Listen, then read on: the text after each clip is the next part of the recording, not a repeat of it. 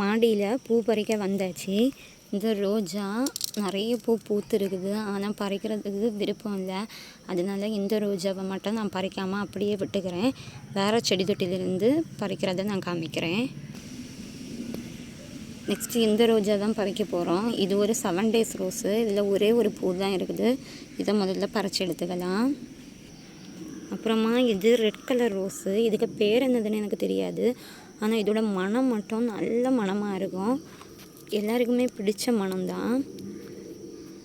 இதை இப்போ பறித்து எடுத்துக்கலாம் இந்த பூவை.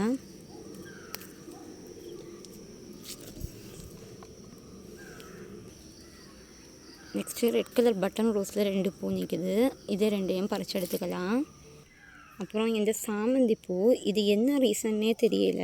ஒருவேளை சீசன் முடிஞ்சனாலே என்னவோ தெரியல, எல்லா மொட்டுமே இந்த மாதிரி கருகி போகுது. இல்லை தண்ணி பற்றாக்குறையா அப்படின்னு தெரியல, எல்லா மொட்டுமே இதில் கருகி போகுது. ஆனால் இன்னொரு பிளான்ட்டில் இதே எல்லோ ரோஸ் நல்லா நிற்கிது. அதை நான் காமிக்கிறேன். சாரி, எல்லோ ரோஸுன்னு சொல்லியிருப்பேன். எல்லோ சாமந்தி இதில் நல்லா நிற்கிது. இது பரவாயில்ல. ஆனால் அந்த செடியில் மட்டும் வெதும்பி போகுது. ஒருவேளை ஓவர் ஹீட்னாலேயா இருக்கலாம், இல்லை தண்ணி கம்மியாக இருக்கிறனாலே இருக்கலாம், அதை பற்றி எனக்கு தெரியல. அப்புறமா இந்த டெய்ஸி பிளான்ட்டு, இதில் நிறைய பூத்துருக்கு. இது பார்க்குறதுக்கே அழகாக இருக்குது. அதனால இதை நான் ஹார்வெஸ்டிங் பண்ணலை, அப்படியே விட்டு வைக்கிறேன். அப்புறம் இந்த செடி எந்த செடின்னு எனக்கு தெரியல. இதுலேயும் பூ நிறைய இருக்குது. இது எதுக்குமே எனக்கு தேவைப்படாது, அதனால இதையும் நான் பறிக்கல, அப்படியே நான் விட்டு வைக்கிறேன். அப்புறமா ஒரே ஒரு முல்லை பூ பூத்துருக்கு, அதை பறிச்சிக்கலாம். நான் எப்போவுமே ஈவினிங் டைம் தான் பூ பறிக்க வருவேன். ஏன்னா காலையில் ஓவர் ஹீட் ஆகி சீக்கிரமாக வெயில் வந்துடுது. இது ஸ்கின் ரோஸு, கொத்து தான் பூக்கும். இது நான் கட்டிங் போட்டு வளர்த்த செடி தான். இதோட தாய் செடி அந்த சைடு இருக்குது. இதிலிருந்து நான் 4 பூவையும் பறிச்சு எடுத்துக்கலாம். இது பர்த்டே பார்ட்டி ரோஸு. இதில் 3 பூ நிற்கிது. இதையும் பறிச்சு எடுத்துக்கலாம். முல்லை மொட்டில் ஒரு 2-3 முல்லை மொட்டு நிற்கிது. அதையும் பறிச்சு எடுத்துக்கலாம். ஒரு ஸ்கின் ரோஸ் கட்டிங் போட்டதுன்னு சொன்னேன்ல, அதோட தாய் செடி தான் இது. வேறு ரொம்ப இதாக இருக்குது, வண்ணம் வச்சு மரம் மாதிரி ஆயிடுச்சு.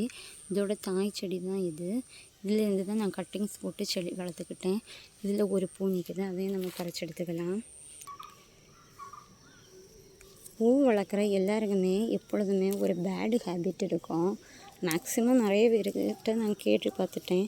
நான் யாருக்கு வீட்டில் செடி நின்னாலும் டக்குன்னு எனக்கு கை பைய ஒரு தை எடுத்துருவோம்மா, ஒரு கட்டிங்ஸ் எடுத்துருவோம்மா, அப்படி தான் தோணும். ஏன்னு தெரியல.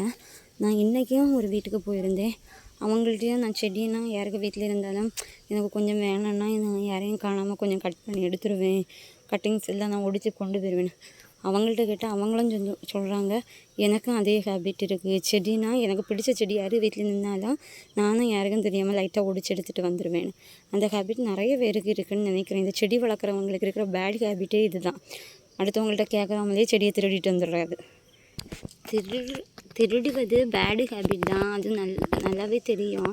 ஆனாலும் இந்த செடி விஷயத்தில் மட்டும் எனக்கு பேச்சை கேட்கவே மாட்டேங்குது. என் கையும் சரி, என் மூளையும் சரி, என்னோடய பேச்சை கேட்கவே மாட்டேங்குது. சரி, நீங்கள் அறுவடை பண்ணின பூக்கள் இவ்வளவு தான். ஒரு 7 days ரோஸ், ஒரு ரெட் ரோஸ். எனக்கு இதிலே பிடிச்ச ரோஸ் ரெட் ரோஸ் தான். ரொம்ப அழகாக இருக்குது, பார்க்குறதுக்கே சூப்பராக இருக்குது. அப்புறம் ஒரு இருவாச்சி மல்லி அப்படின்னு சொல்கிற ஒரு ரோஸ், 4 ஸ்கின் ரோஸ் சின்ன செடியிலேருந்து பறிச்சது. இது தாய் செடியிலேருந்து பறித்த ஒரு ஸ்கின் ரோஸ். இது போது 2 நாள் ஆகிடுச்சு, அதான் இந்த மாதிரி இருக்குது. அப்புறம் 3 பர்த்டே பார்ட்டி ரோஸ், அப்புறம் 3 முல்லை மொட்டு, அப்புறம் ரப்பர் காக்கட்டான் மொட்டு. இவ்வளவு தான் பறிச்சிருக்கேன் இன்றைக்கி. இதுதான் என்னையோட பூக்கள் ஹார்வெஸ்ட்.